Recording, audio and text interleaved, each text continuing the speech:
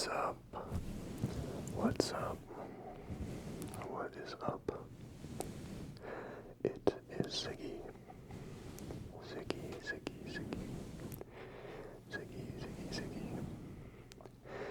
And it seems like I've had my ASMR creator canon event where I just do like nothing for like 2 months.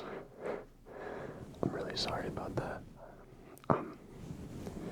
I've been kind of dealing with some personal problems, but I'm alright. Truth be told, I've just been being pretty lazy. But I'm here now, and today I'm just gonna make some different sounds while I ramble about what I've been doing. I'm gonna start with petting. I got the white paws on today. These were actually the first ones that I got with the suit. But they're just, I went to TFF, or no, it was TFS, I think. And a buddy of mine had just bought some paws from somebody at the dealer's den. And I tried them on, and they were like 5 times as easy to move my fingers than these are. They're way more dexterous. And I just couldn't find any in white, but I'm impatient, so I just bought them then and changed the design. I kind of like the white ones, the way they look better, but whatever. But yeah, since I've been gone, I've gone to, the first thing I did was I went to TFF.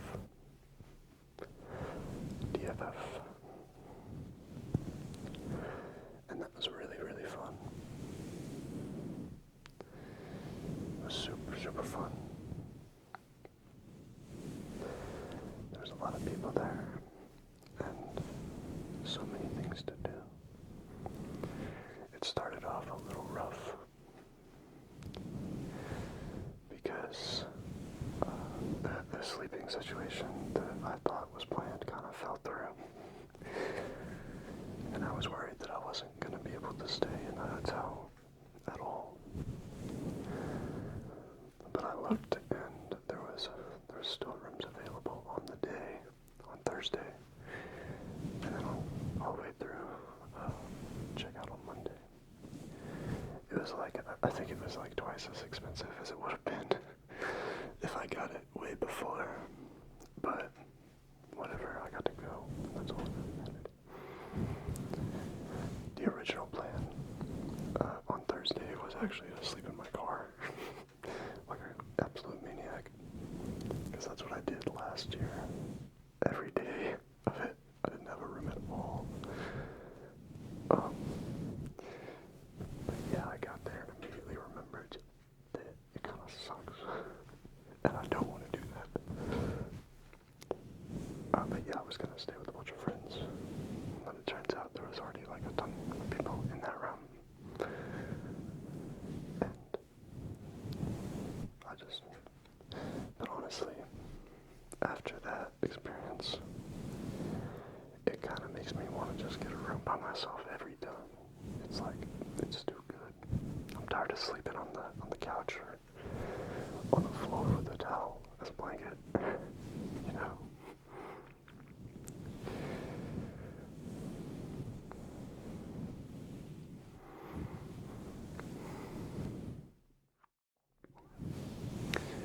But yeah, TFF was great.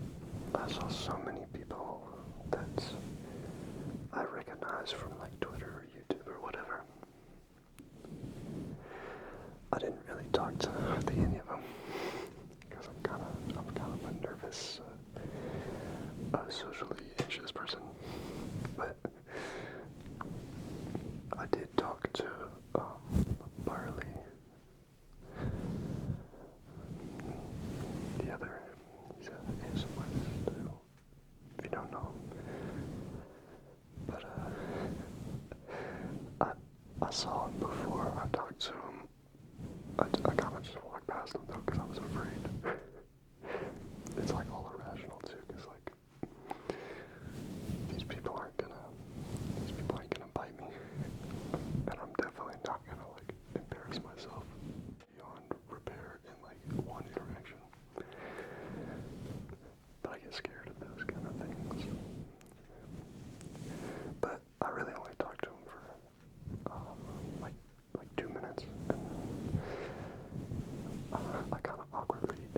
myself from this situation.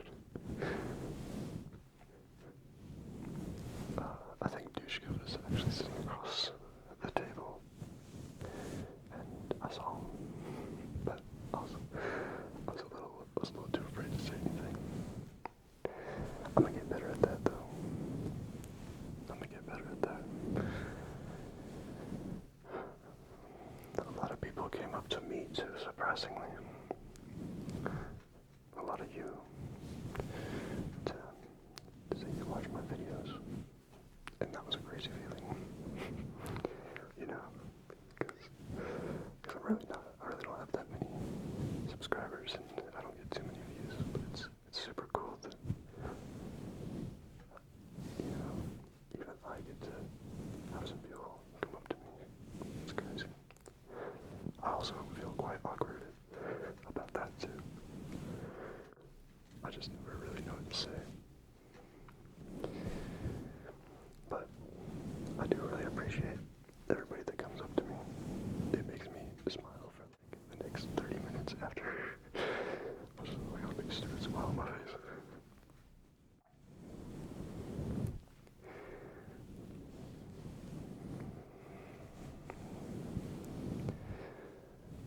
Some of the notable things from TFF, there's a band that I really like.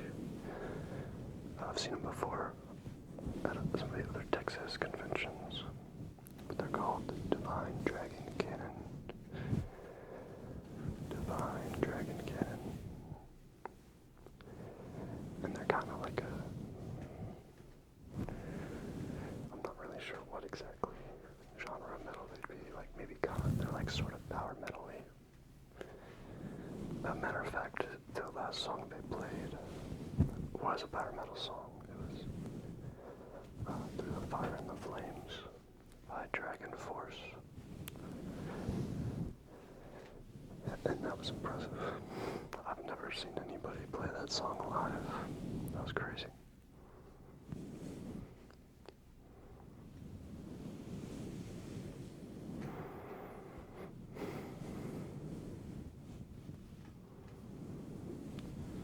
But yeah, they're really cool.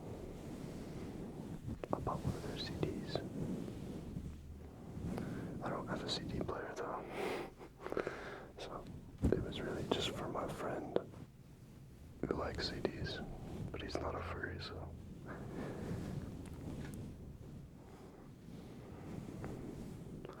The raves were really fun at TFF. They happen on the second floor, too. So on like Saturday, the floor was like a bowing to the beat of the music. It was kind of cool. I was just trying to like walk through the crowd, and it was really hard because the floor was moving underneath me. I was about to fall over.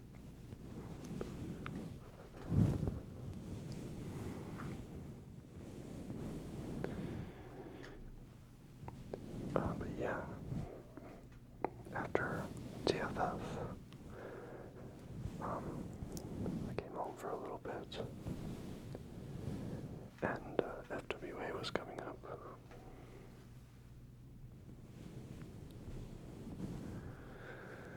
FWA, and I wasn't really planning on going. I really wasn't. But I had sort of a rough day on like Tuesday or Wednesday. And I looked, and there's still hotel rooms available in the Hyatt.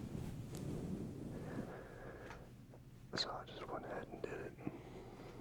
It was super fun. Super, super fun. The only issue is that I drove there, and from West Texas to Atlanta, Georgia is about 14 hours. And I didn't have nobody to go with me. So I just had to brave I-20, Interstate 20 for like 14 hours. It was rough. And the way back was like twice as bad. But it was worth it because I think that was the biggest biggest as of right now. I'm sure Anthrocon will be bigger, but as of right now, I think that was the biggest convention that ever happened, which is crazy.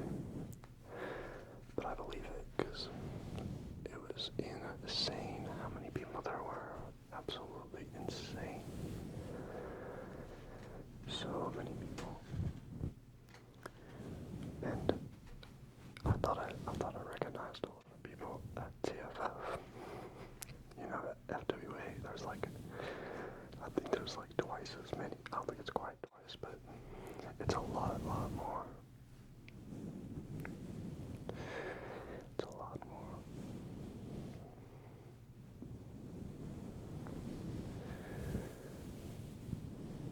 But, my hotel room, I guess it's because I got just a one bed. And I'm sure most people don't do that. But in the Hyatt, there's like the main elevator that always has a line, like a really long line. And then there's another elevator kind of off towards where the food court is. And you gotta use your key card to get into it. So there's like never a line. Matter of fact, I don't think I ever got on an elevator with another person that whole weekend. Well, in the elevator of my room, that is. I was on some other elevators that were crowded, but not the one to my room. I kind of felt like an idiot though, because the first time I got on it, I pressed a button to go to my floor, and nothing happened. And I pressed it like 3 more times, and nothing happened. And then, somebody, yeah, that's right, there actually was the only time I had somebody else in the elevator, because I was sitting there for so long. But somebody came and showed me that you have to actually scan your key card on the elevator to get the button stored, which is crazy.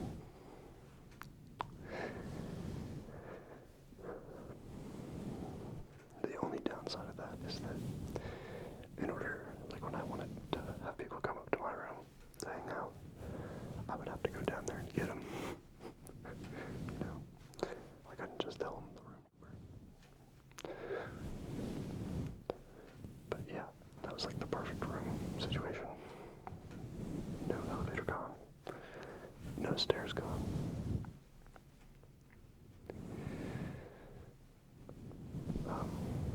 Some fun things from FWA. There's another band that I really liked. I've never heard them before though. They were called, what are they called? I think they were called like I've Made Too Much Pasta or something like that.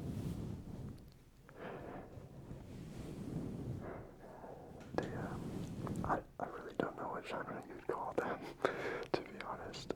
It's like kind of comedy music slightly, but it's like actually good too.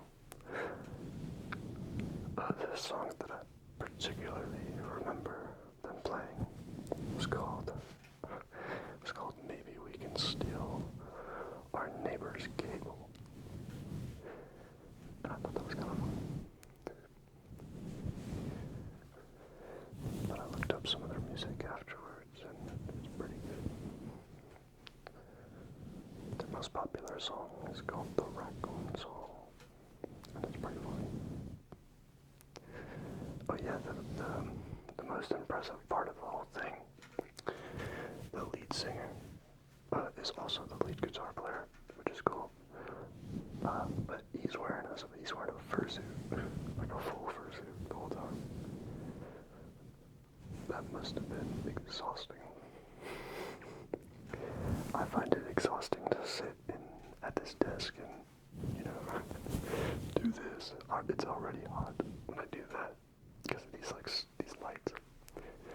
I could not imagine like stage lights and then also having to play guitar. And not even rhythm guitar, he's doing the leads. It's crazy. They might not have had another guitar, but no, they did. I think they did. Yeah. I think there was 4 of them. The drummer was wearing a full suit too.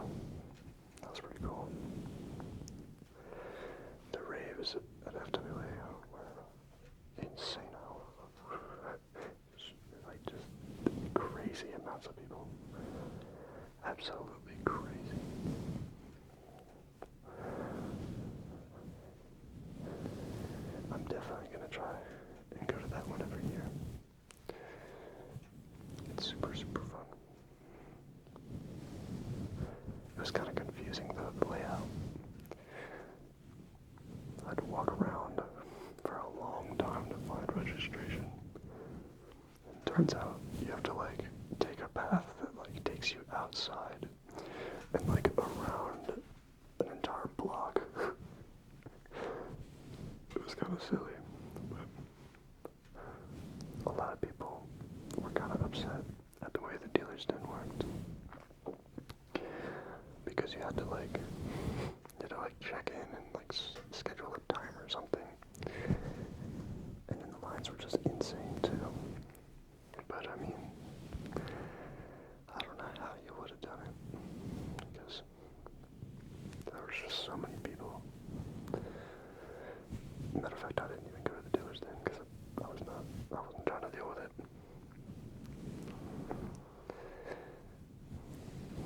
But I really wanted to, because I wanted to get one of those fan things.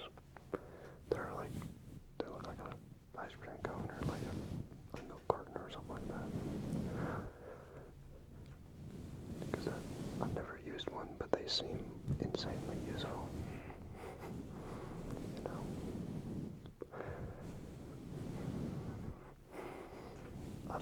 I've not really left Texas all that many times. So, drive to Georgia was pretty cool. For that, I got to see trees. We don't get very many trees in West Texas. We get like mesquite trees, which I'm pretty sure are technically a bush. And a bunch of cactus. But once I got on the other side of Dallas, there was nothing but tall trees. I think they call it the Big Thicket, or something like that.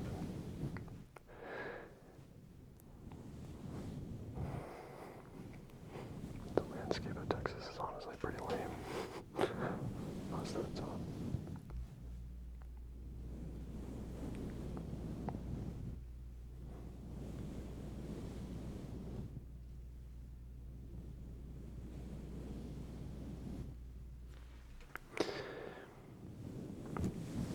But yeah, FWA was great.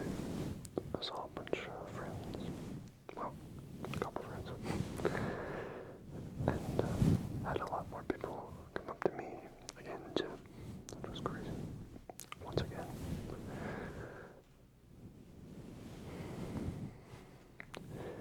So yeah, I had to drive 14 hours back home, and then wake up the next day and drive 2 more hours, because I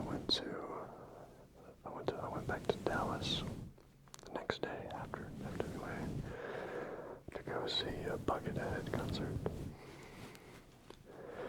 Buckethead, he is my absolute favorite musician, and it's not even close. He's so cool. He played a crazy show. He had some other guitar player with him. A lady named Cobb. C-O-B. Cobb. It was like taught by Bucket, I think. Which is crazy. But I had like the best spot to stand in the entire building to see it. It's right in front of them. I've also never cried at a concert before, and I made it like most of the way through.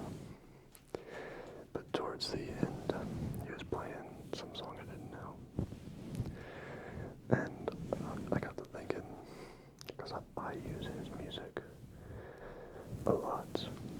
Whenever I listen to his music a lot, whenever I'm not doing, that mentally well, or I'm sad or whatever.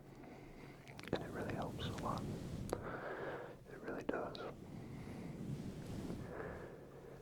And then I was just thinking, like, man, that guy is like standing right in front of me. He's like basically my idol. And I was like, playing. That was crazy. That guy's right here. And I was fine. And then he went out, the lights went on, and he came back out for an encore, and he started playing Soothsayer, which is by far his best song. And I could not hold it together after that. I was crying so much. I was trying to keep it together though, because my friends were there. I don't think they noticed though. But I was crying a lot. But yeah, that was great too. That was great too. I just realized that I totally said that I was going to do a bunch of different sounds. And I have only petted the microphone the whole time. Well, that's alright. I'll save the sounds for next time. Once again, I'm really sorry about not uploading for so long. Another thing I'm sorry about is that somebody commented it the other day, but the midroll ads. I've been told that I can't really do anything about it until I get like partnered with YouTube or whatever. And I don't really know when you're able to do that, but once that happens, there will be no more midroll ads guaranteed. There just ain't much I can do about it right now. Maybe if the videos are like under 15 minutes or something, maybe it won't put midroll ads on it. Oh, this one's not under 15 minutes, so maybe I'll figure that out some other day. I'll probably just look it up. But yeah, I'm gonna try really hard to get back into uploading videos at least once a week. And I really appreciate you guys for your patience.